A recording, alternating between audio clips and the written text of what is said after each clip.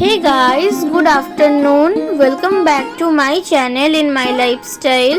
আশা করছি তোমরা সবাই খুব ভালো আছো আর আমিও ভালো আছি। আমার আরেকটা নিউ ভ্লগে তোমাদের সবাইকে জানাচ্ছি অনেক অনেক ওয়েলকাম। এখন আমরা সবাই মিলে রেডি হয়ে বেরিয়ে পড়েছি একটা জায়গায় ঘুরতে যাব বলে। আর আজকে হচ্ছে 25শে ডিসেম্বরের পরের দিন, মানে 26শে ডিসেম্বর। তো আজকে আমরা যাচ্ছি হচ্ছে আমাদের বাড়ির সামনেই, মানে জোকাতে একটা মন্দির আছে। ওটা অনেকদিন আগেই মন্দিরটা হয়েছে, আমরা এর আগেও একবার গিয়ে ঘুরে এসেছিলাম যখন মন্দিরটা নতুন হয়েছিল।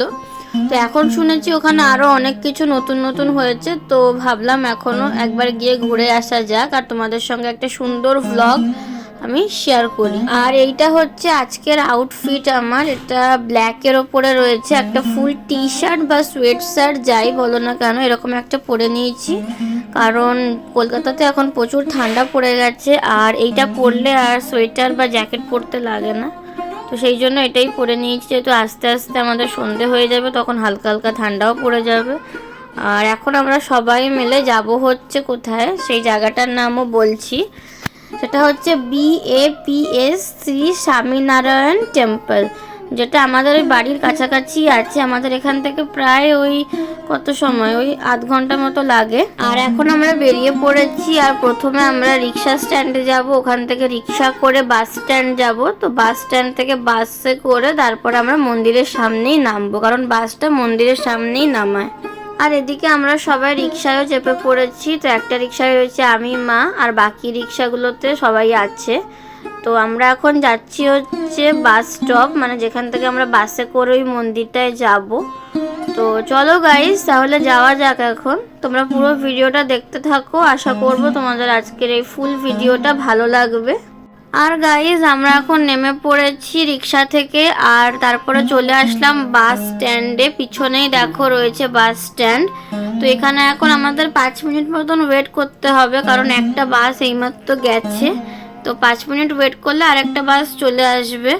তো কখনো কখনো শুধু পরপর দুটোও আসে, আবার কখনো একটা আসার 5-10 মিনিট পরে আসে, বা 10-15 মিনিট পরেও আরেকটা বাস আসে।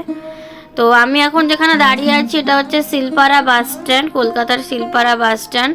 আর ওপর দিয়ে দেখো মেট্রো রেলের লাইন রয়েছে, আর এই মেট্রো রেলটা আমাদের কমপ্লিট হয়ে গেছে, চলাও শুরু হয়ে গেছে ট্রেন। তারপর গাইস আমাদের বাস এসে গেছিলো, আর বাসটাতে না প্রচুর ভিড় ছিল। যারা কলকাতাতে সবসময় বাসে ট্রামে যাওয়া আসা করো তারা তো জানোই যে কেমন ভিড় হয়। তো ওঠার সময় আমি আর ভিডিও করতে পারিনি, একদম যখন আমি একটা সিট পেলাম তখনই তোমাদের সঙ্গে একটু শেয়ার করলাম।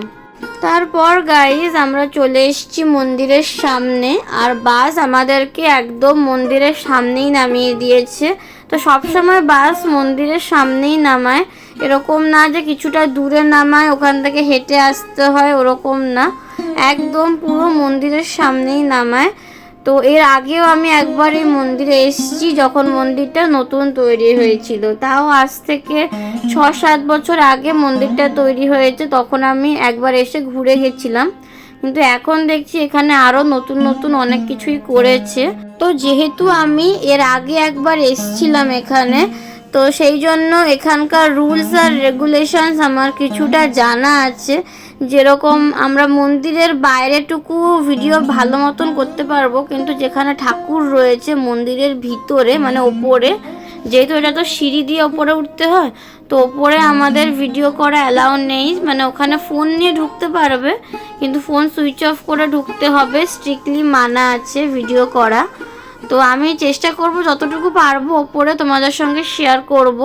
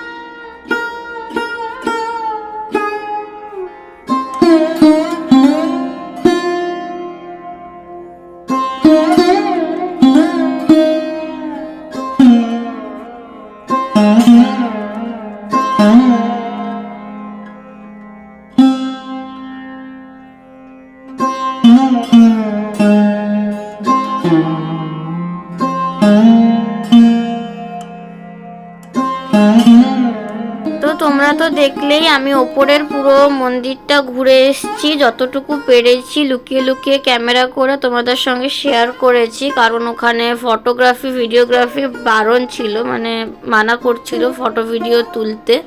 তাও আমি যতটুকু পেরেছি তোমাদের সঙ্গে শেয়ার করেছি। তো চলো গাইজ, এখন তোমাদেরকে আমি এই মন্দিরটার এন্ট্রি ফি কত আর এখানকার টাইমিং কটা থেকে কটা অবধি খোলা থাকে তো সেটা তোমাদেরকে বলি। তো প্রথম কথা, এখানে কোনো এন্ট্রি ফি লাগে না। এই মন্দিরে তোমরা ফ্রিতেই এত সুন্দর মন্দিরটা ঘুরতে পারবে। আর এখানকার টাইমিং থাকছে হলো সকাল 8টা থেকে 12টা অবধি খোলা থাকে, তারপরে আবার বন্ধ হয়ে যায়, তারপরে আবার বিকেল 4টে থেকে সন্ধ্যে 8টা অবধি এই মন্দিরটা খোলা থাকে। তো এইটাই হচ্ছে এই মন্দিরের টাইমিং। আর আমরা তো এসছিলাম বিকেলের দিকে, তো আস্তে আস্তে প্রায় 4:30 মতো হয়ে গেছিলো। আর এখন তো শীতকাল, তো খুব তাড়াতাড়ি অন্ধকার হয়ে যায়, তো আমরা নাইট ভিউটাও খুব সুন্দর করে এনজয় করতে পেরেছি। আর এখানকার রাতের যে নাইট ভিউটা ওটাও খুব সুন্দর লাগে দেখতে, সেটা তোমরা ভিডিওতে দেখতেই পারছো যে মন্দিরটা কত সুন্দর লাগছে দেখতে। এত সুন্দর করে ওরা লাইটিং দিয়ে সাজিয়ে রেখেছে মন্দিরটা। এই ভিউটা তোমরা দিনের বেলা পাবে না। তো এটা তোমরা যদি বিকেলবেলা আসতে চাও তাহলেই তোমরা এই যে ভিউটা, মন্দিরের এত সুন্দর নাইট ভিউটা তোমরা তখনই দেখতে পাবে।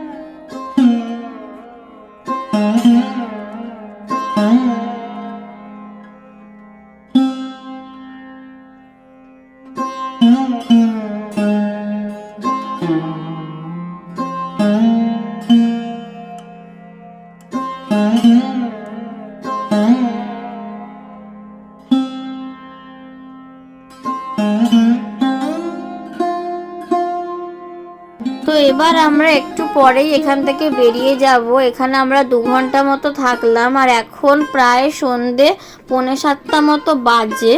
তো ওই জন্য পুরো অন্ধকার হয়ে এসছে। আর পিছনে দেখো মন্দিরটা কত সুন্দর লাগছে লাইটিংগুলো দিতে। তো একটু পরেই আমরা এখান থেকে বেরিয়ে যাব। আর আমার এদিকে দেখো গাইজ, আমার পিছনেই রয়েছে সেই বড় চরণ পাদুকাটা, যেটা তোমাদেরকে আমি প্রথমেই দেখালাম ঢোকার সময়। তো এটা খুব সুন্দর লাগছে। আর তারই পিছনে রয়েছে মন্দিরের পুরো ফুল ভিউটা।